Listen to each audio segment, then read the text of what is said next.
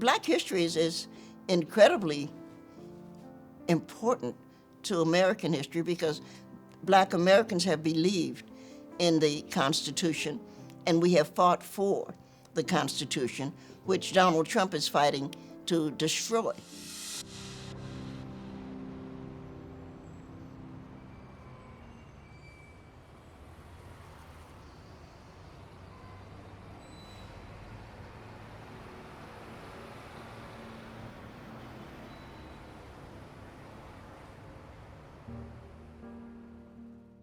I'm Nikki Giovanni. I'm a poet.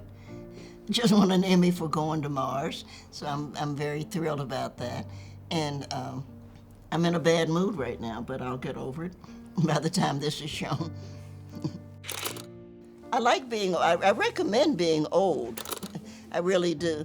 I hope that, you stay healthy, which ultimately we will not always be healthy, but I hope that we have the sense to be strong in terms of not being healthy. None of that whining, because there's a time cycle on all of us. So clock is ticking, and eventually the alarm will ring, and that'll be the end of that, and you will or will not be remembered. That's up to somebody else.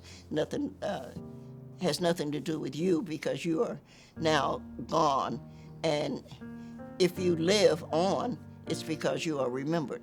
If you don't know it anyway, because you're gone.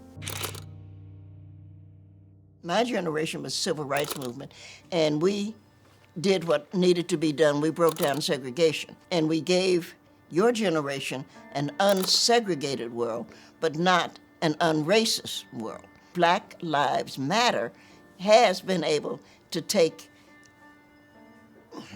I don't even want to say the suffering, but to take the history of Black Americans and to let the world see it. And those were 3 women who put that together. And as they took that around the world, because the world, when I saw people in Australia, in Perth, Australia, were marching, it was just an incredible and wonderful thing to know that the world is with us.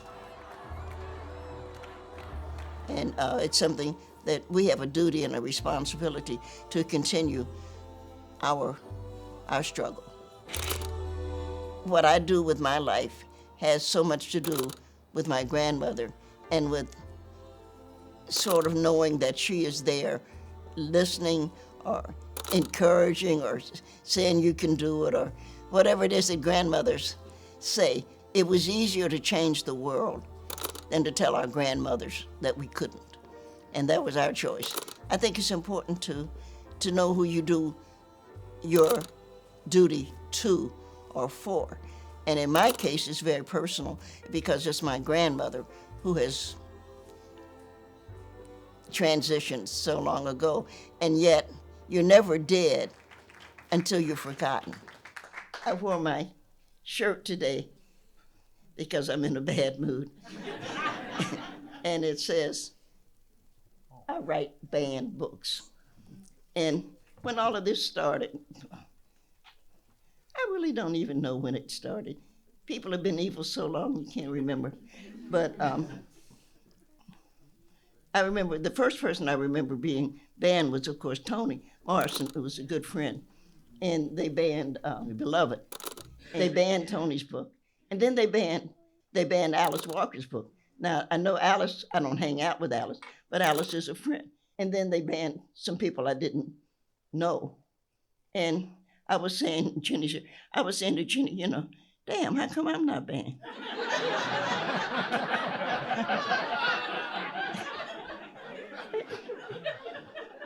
No, I'm offensive.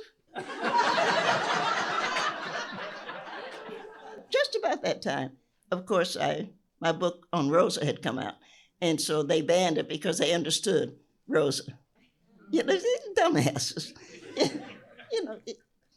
It's amazing where people's brains are, but they did ban that. No, because I don't want people to think, How come they're not banning Nikki? You know what I'm saying?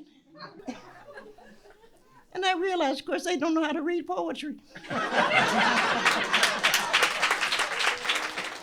In terms of what I think we did here today at the Louis Armstrong home was to bring some comfort, because we brought some truth, and so many people don't, and that sucks the joy out of it. There can be no comfort without truth. When I was first diagnosed with cancer, a dear friend of mine, Ethel Smith, some of you know Ethel, told her mother, you know, Nikki has cancer, and her mother had this basket of, for lack of a better word, things, and she made a quilt for me. And I have, well, there's so many quilts in my house, I'm surprised the house hasn't collapsed. And I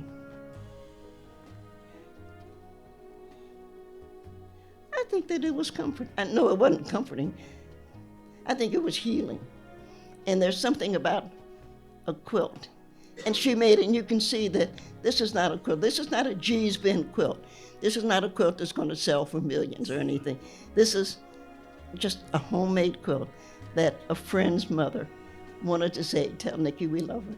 And it still touches me.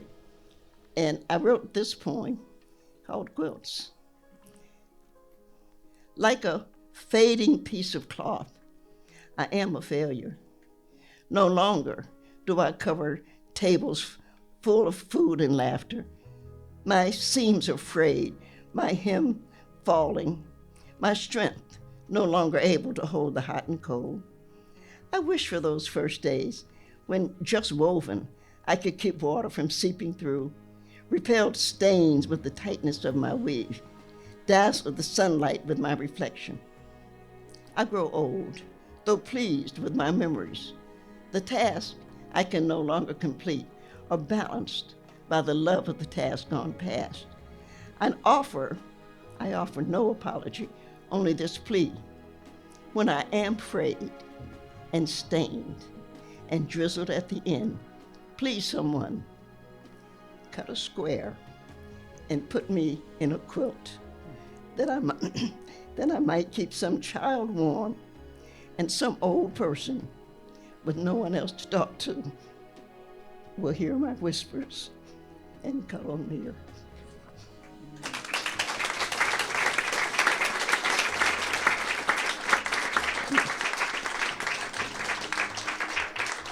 You're not supposed to cry at your own poems, I know, but that one always gets me.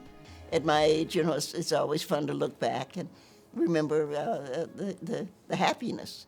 You know, you can't, speaking of joy, you can't let the fact that a bunch of fools and Nazis are going to be running the country for a while.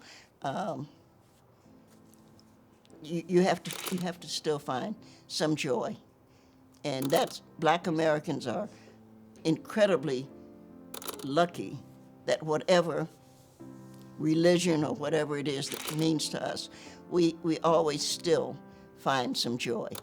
We find a way to continue to. There's a smile someplace. There's a belief someplace that God is great, and He will look after us. He may not come as the old saying goes when we call, but He always comes on time. I'm Nikki Giovanni. I'm a poet, I'm an old lady, and I'm a Black joy blazer.